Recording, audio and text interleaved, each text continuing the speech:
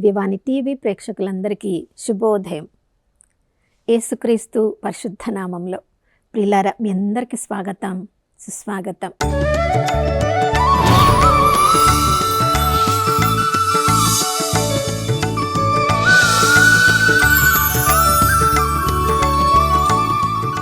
గడిచిన దినమంతా మనల్ని కాచి కాపాడిన ఆ దేవాతి దేవునికి మనసారా వందనాలు తెలియచేద్దాం.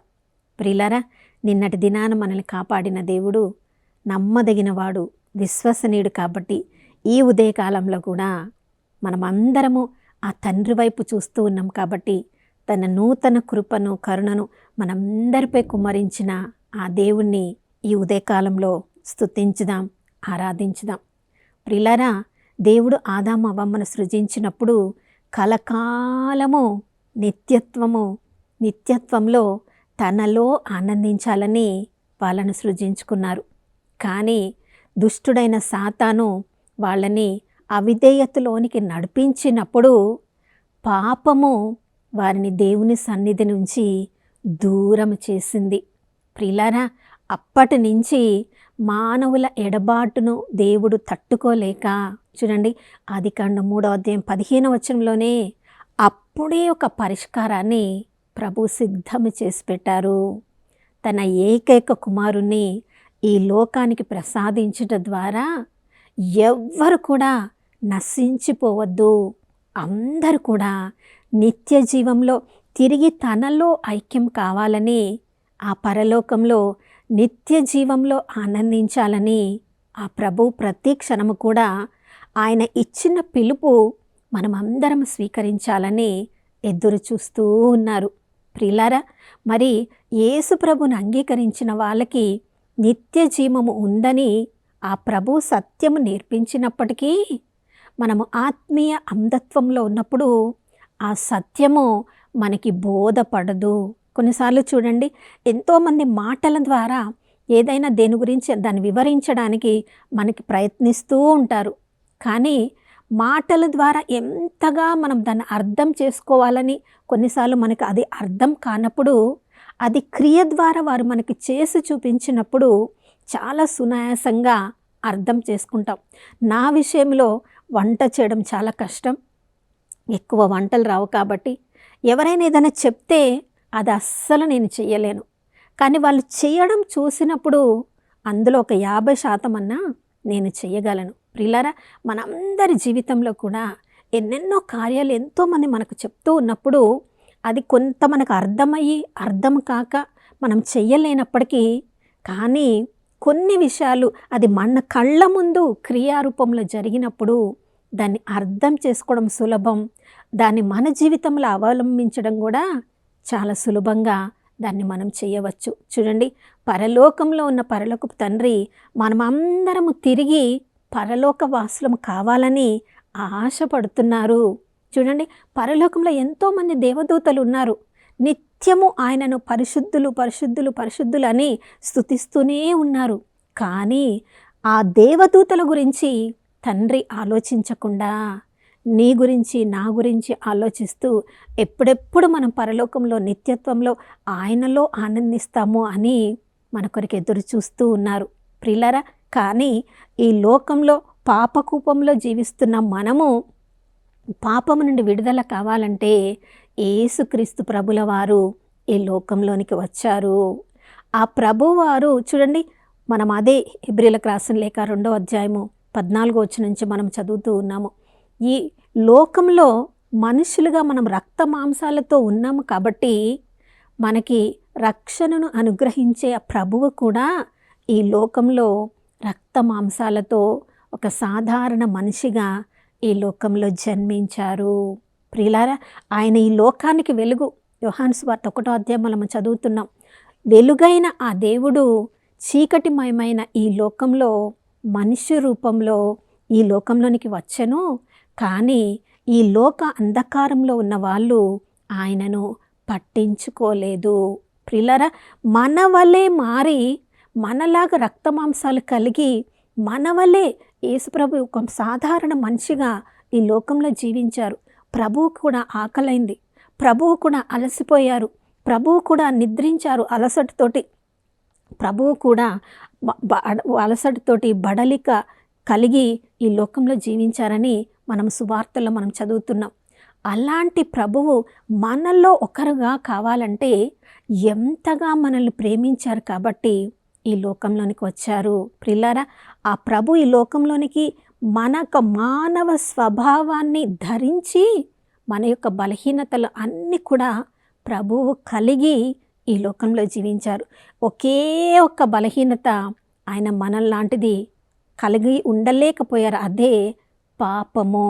పరిశుద్ధుడైన దేవుడు రక్త మాంసాలతో ఈ లోకంలోనికి వచ్చినప్పటికీ పరిశుద్ధ దేవుడు కాబట్టి పాపము మాత్రము ఆయన చేయలేకపోయాడు. కాబట్టి పాపంలో ఉన్న మనల్ని పరిశుద్ధత గురించి పరిశుద్ధమైన రక్తము కలిగిన యేసుక్రీస్తు ప్రభుల వారు ప్రధాన యాజకుడిగా మనందరి తరపున బలి అర్పించడానికి ఈ లోకంలోనికి వచ్చారు. ప్రియులారా, పాపులమైన మనల్ని తిరిగి నిత్య జీవంలోనికి మనకి పిలుపు ఇచ్చారు. అది మనము అందుకోవాలంటే చూడండి, దాని కొరకు ప్రధాన యాజకుడైన యేసుక్రీస్తు ప్రభుల వారు వెలను చెల్లించారని హెబ్రీయులకు రాసిన లేఖ 7వ అధ్యాయములో మనం చదువుతున్నాం. 10వ అధ్యాయంలో కూడా మనం చదువుతున్నాం. తండ్రితో మాట్లాడుతున్నారు యేసు ప్రభు, నీ ఒక శరీరాన్ని నాకు అనుగ్రహించావు. ఈ శరీరాన్ని ఒక బలిగా నీకు అర్పించడానికే, అదే నీ చిత్తాన్ని నేను నెరవేర్చడానికే ఈ లోకంలోనికి నేను వచ్చాను. ప్రియులారా, రక్తమాంసాలతో శ్రమల శోధనలు అనుభవిస్తున్నప్పుడు ఎలా మనము కన్నీరు కారుస్తామో, యేసు కూడా ఈ లోకంలో ఉన్నప్పుడు తనను రక్షింపగలిగిన ఆ దేవుడి పట్ల ఏడ్పులతో పెద్దగా ఎలుగెత్తి ఆయన ప్రార్థించను అని హెబ్రీయులకు రాసిన లేఖ 5వ అధ్యాయం 7వ వచనంలో మనం చదువుతున్నాం. యేసు ప్రభు మనం ఎంత బలహీనులంగా ఈ లోకంలో జీవించామో ప్రభువు కూడా శారీరకంగా బలహీనతలు కలిగి ఉన్నారు. ప్రియులారా, ఆయన చెప్పే సత్యము కొరకు ఎన్నో కష్ట నష్టాలను ప్రభువు స్వీకరించి ఉన్నారు. చూడండి, యోహాను సువార్తలో ఎన్నోసార్లు మనం చదువుతున్నాం.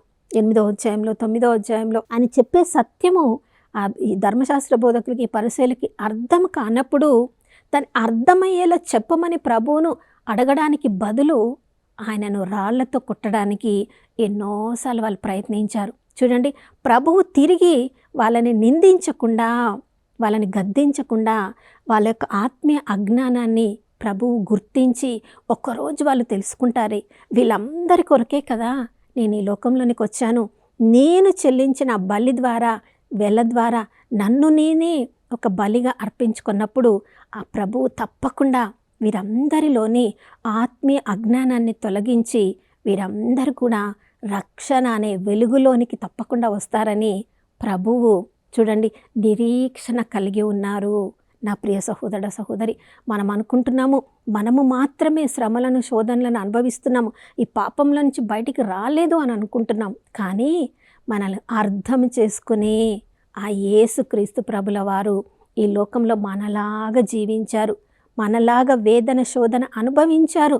అందుకని మనకు సహాయపడగలరని హెబ్రీయులకు రాసిన లేఖ 2వ అధ్యాయము 18వ వచనంలో మనం చదువుతున్నాం. ప్రియులారా, అందుకని ఏ శ్రమలో శోధనలో ఏ బలహీనంలో పాపంలో ఉన్నప్పుడు ఈ లోకంలో అందరూ మనల్ని తృణీకరించవచ్చు, ఎవరు మనల్ని అర్థం చేసుకోవచ్చు. కానీ మనల్ని అర్థం చేసుకునే ఆ యేసుక్రీస్తు ప్రభుల వారు తన పరిశుద్ధాత్మను మనందరికీ అనుగ్రహించారు. కాబట్టి ఆ పరిశుద్ధాత్మ ప్రేరేపణలకు మనల్ని మనం విధేయింప చేసుకున్నప్పుడు ఆ ప్రధాన యాజకుడికి మనల్ని మనం అర్పించుకోవచ్చు. హెబ్రీయులకు రాసిన లేఖ 4వ అధ్యాయం 14వ వచనం నుంచి మనం చదువుతున్నప్పుడు చూడండి, పరలోకం నుండి దిగి వచ్చిన ఆ ప్రధాన యాజకుడైన యేసుక్రీస్తు ప్రభుల వారు మన వలనే అన్ని రకాల బలహీనతను ఈ లోకంలో కలిగి ఉన్నప్పటికీ పాపము చేయని ఒకే ఒక వ్యక్తిగా ఆయన ఈ లోకంలో ఉండగలిగారు. ఆయన పాపము చెయ్యకుండా ఆయన పరిశుద్ధ రక్తము మన కొరకు వెలగా చెల్లించబడింది. కాబట్టి ఎవరెవరైతే తమ యొక్క పాపములలో శాపములలో తమ యొక్క పాపాన్ని ఒప్పుకుంటారో, ఆ పరిశుద్ధ రక్తంతో శుద్ధి చేయబడతారో, అప్పుడు చూడండి యోహాను రాసిన మొదటి లేఖ 1వ అధ్యాయం 7వ వచనం 9వ వచనం ప్రకారము ఆ పాపములను ఒప్పుకొన్నప్పుడు యేసుక్రీస్తు ప్రభుల వారి యొక్క పరిశుద్ధ రక్తము మనల్ని శుద్ధి చేయును ప్రియులారా. ఆ విధంగా యేసుక్రీస్తు ప్రభుల వారి యొక్క పరిశుద్ధ రక్తము ద్వారా శుద్ధి చేయబడిన మనము ఇప్పుడు ధైర్యవంతులమై దయానిధియగు ఆ పరలోకపు తండ్రి యొక్క సింహాసనము దగ్గరికి మనము చేరవచ్చు. అప్పుడు ఈ లోకంలో మృత్యు అంటే భయము లేకుండా, పాపం అంటే భయము లేకుండా, తీర్పు అనే భయము లేకుండా ధైర్యవంతులంగా ఈ లోకంలో మనం జీవించవచ్చు. దేవుడు ఒకరోజు తప్పకుండా తీర్పు తీర్చబోతున్నారని రోమీలకు రాసిన లేఖ 2వ అధ్యాయం 16వ వచనంలో, మన హృదయంలోని ఆలోచనలు ఈ లోకంలో ఎవరికి తెలియదు అని మనం అనుకుంటున్నామేమో, కానీ ఆ ఆలోచనలకు కూడా ఒకరోజు దేవుడు తీర్పు తీర్చబోతున్నాడు ప్రియులారా. మరి మనం తీర్పు తీర్చబోతున్నాడు కదా, నా జీవితం ఎలా ఉంటుందో అని మృత్యువుని గురించి భయముతో బిడియముతో ఈ లోకంలో మనం జీవించవలసిన అవసరము మనకి లేదు. యేసుక్రీస్తు ప్రభుల వారు మన యొక్క పాపశాపములను తన మీద మోసుకున్న గొర్రెపిల్లలాగా సిలువ మీద మరణం పొంది మన పాపములకు వెలను చెల్లించారు కాబట్టే, ఆ ప్రభువులో ఏ పాపము లేదు కాబట్టే మృత్యువు సమాధి ఆయనను పట్టి ఉంచలేకపోయింది ప్రియులారా. మరి అంత పునరుత్థానమైన ప్రభు, మృత్యుంజయుడైన ప్రభువు యేసుక్రీస్తు ప్రభుల వారు యోహాను సువార్త 14వ అధ్యాయంలో పునరుత్థానము కాబోతూ, చూడండి, పరలోకానికి మోక్షారోహణము కాబోతూ తన శిష్యులతో చెప్పారు, నేను పరలోకపు తండ్రి దగ్గరికి వెళ్తున్నాను, అక్కడ చాలా గదులు నివాసములు ఉన్నాయి, వాటిని మీ కొరకు ఏర్పాటు చేసి మరలా వచ్చి నాతో ఉండడానికి, నిత్య జీవంలో ఉండడానికి మిమ్మల్ని తీసుకొని వెళ్తాను అని, నేనే మార్గం సత్యం జీవం, నా మూలమున తప్ప ఎవడు కూడా తండ్రి దగ్గరికి రాలేరు అన్న గొప్ప సత్యాన్ని, నిత్య సత్యాన్ని తన శిష్యులకు బోధించిన దేవుడు, తమ శిష్యుల ద్వారా మనందరికీ ప్రతిరోజు బోధిస్తున్న దేవుడు ఇక మనము మరణమును చూసి భయపడకూడదు ప్రియులారా. అందుకని కొరింథీ ప్రజలతో అపోస్తలుడైన పౌలు అంటున్నాడు, మృత్యువా నీ ముళ్ళు ఎక్కడ?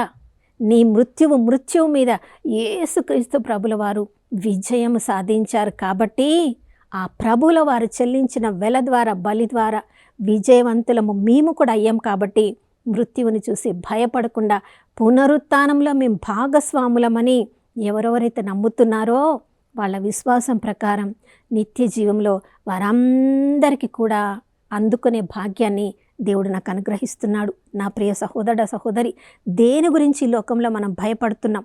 పాపముల గురించా, శాపముల గురించా, మృత్యువు గురించా, చావుని గురించా, వ్యాధిని గురించా, వేదన గురించా? వీటన్నిటి నుంచి విడుదలనివ్వడానికే యేసుక్రీస్తు ప్రభుల వారు వెలను చెల్లించి ఇప్పుడు తండ్రికుడి ప్రక్కన కూర్చొని మన తరపున న్యాయవాదిలాగా, మన తరపున విజ్ఞాపనకర్తలాగా ప్రార్థన చేస్తూ ఉన్నారు. తన తరపున పరిశుద్ధాత్మ దేవుణ్ణి మనందరికీ అనుగ్రహించి ఉన్నారు. ఆ పరిశుద్ధాత్మ దేవుడు మనకు సహాయకుడై మన ఆత్మలో నివసిస్తూ ఉన్నారు కాబట్టి ఎప్పుడెప్పుడైతే ఏ భయము వేదన మనకు కలిగినప్పుడు ఆ పరిశుద్ధాత్మ దేవుని స్వరాన్ని మనము వినగలిగితే ఏ భయము కూడా మన దగ్గరికి రాదు ప్రియులారా. భయము నుండి, భయాన్ని కలిగించే ఆత్మను మనము కలిగిలేము. ధైర్యపు ఆత్మను, ప్రేమపు ఆత్మను, ఇంద్రియ నిగ్రహాన్ని కలిగించే ఆత్మను దేవుడు మనకు అనుగ్రహించాడు కాబట్టి ఏ భయము, ఏ వేదన, ఏ శోధన దేవుని ప్రేమ నుంచి మనల్ని వేరు చెయ్యలేదు. కాబట్టి మృత్యువు కూడా దేవుని నుంచి మనల్ని వేరు చెయ్యలేదు. అధోలోకము, పాతాళలోకము, దేవదూతలు ఎవరు కూడా, వచ్చినవి, రానున్నవి, ఉన్నవి ఏది కూడా దేవుని ప్రేమ నుండి మనల్ని దూరం చెయ్యలేదు ప్రియులారా. ఎవరెవరైతే యేసుక్రీస్తుతో ఐక్యం పొందారో వారికి ఏ తీర్పు లేదు, ఏ ఖండన కూడా లేదు. కాబట్టి ఈ ధైర్యాన్ని మనము విశ్వసించినట్లయితే, ఆ విశ్వాసంతో మనము క్రైస్తవ జీవితంలో ముందుకు కొనసాగుతున్నట్లయితే తప్పకుండా నిత్య జీవం యొక్క పిలుపును పొంది నిత్యత్వంలో ప్రభువులో మనము ఆనందించడానికి ప్రతిరోజు మనల్ని మనం సిద్ధం చేసుకుంటాం.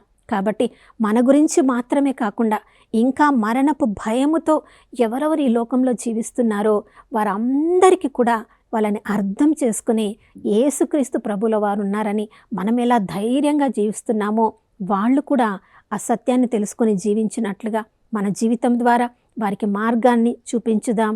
ఈ లోకంలో ఎంతోమంది అన్యులకి మార్గదర్శకమయ్యే వెలుగు ఆ పరిశుద్ధాత్మ దేవుడు మనల్లో ఉన్నారని మన జీవితం ద్వారా వారికి చూపిద్దాం. అటువంటి కృపను అనుగ్రహించమని ప్రార్థించుకుందాం.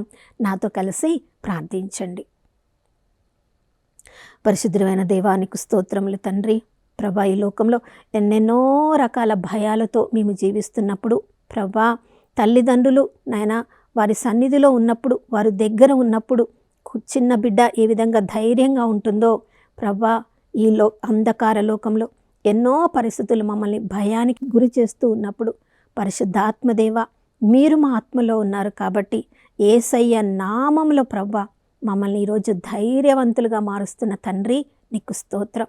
ఈ లోకంలో ఏ పరిస్థితి కూడా క్రీస్తు ప్రేమ నుంచి మమ్మల్ని వేరు చెయ్యలేదన్న సత్యాన్ని మరలా మాకు గుర్తు చేస్తున్న దేవా నీకు స్తోత్రం. యేసు ప్రభు మా వలె శోధింపబడ్డారు కాబట్టి మమ్మల్ని అర్థం చేసుకుని మాకు సహాయం చేస్తారన్న సత్యాన్ని నాయన మరొక్కసారి మాకు గుర్తు చేస్తున్న దేవా నీకు స్తోత్రం. అయ్యా, నాతో కలిసి ప్రార్థన చేస్తున్నవారు మరణ భయమే కావచ్చు, వ్యాధి భయమే కావచ్చు, అవమానపు భయం కావచ్చు, తృణీకరణ భయము కావచ్చు, ఏ రకమైన భయంతో ఉన్నవారైనా కూడా ప్రభా నాయన ఈ సమయంలో యేసుక్రీస్తు ప్రభుల వారి యొక్క నామములో పరలోకపు తండ్రి సన్నిధిలో నాయనా మేము చేరడానికి ఆ ప్రభు యొక్క పరిశుద్ధ రక్తము మాకు ధైర్యంనిస్తుంది ప్రభా నీకు స్తోత్రం. ఆ పరిశుద్ధ యేసుక్రీస్తు ప్రభుల వారి నామములో మేము ధైర్యవంతులమై దయానిధియగు దేవుని సమీపించి అనుగ్రహమునకు ఆదుకొనగల అయా శక్తిని మేము పొందుకున్నామని కృపలో ఈ రోజంతా మేము జీవించినట్లుగా మాకు కృపను అనుగ్రహించమని యేసయ్య పరిశుద్ధ నామములో అడిగి వేడుకొనిచున్నాం తండ్రి, ఆమేన్. అవును ప్రియులారా, మంచి కాపరి అయిన యేసుక్రీస్తు ప్రభుల వారు మనతో ఉండగా మనందరినీ కూడా ఆయన సిలువ అనే తన భుజం మీద మోస్తూ ఉన్నారు కాబట్టి ధైర్యంతో ఈ జీవితాన్ని ఎదుర్కొందాం. నిత్య జీవంలో ఆనందించడానికి సిద్ధపడదాం. మరొక నూతన శుభోదయంలో మనం అందరం కలుసుకునే వరకు దివ్యవాణి టీవీని చూస్తూ ఉందాం. ఇమ్మానుయేలు, దేవుడు మనతో ఉన్నారు.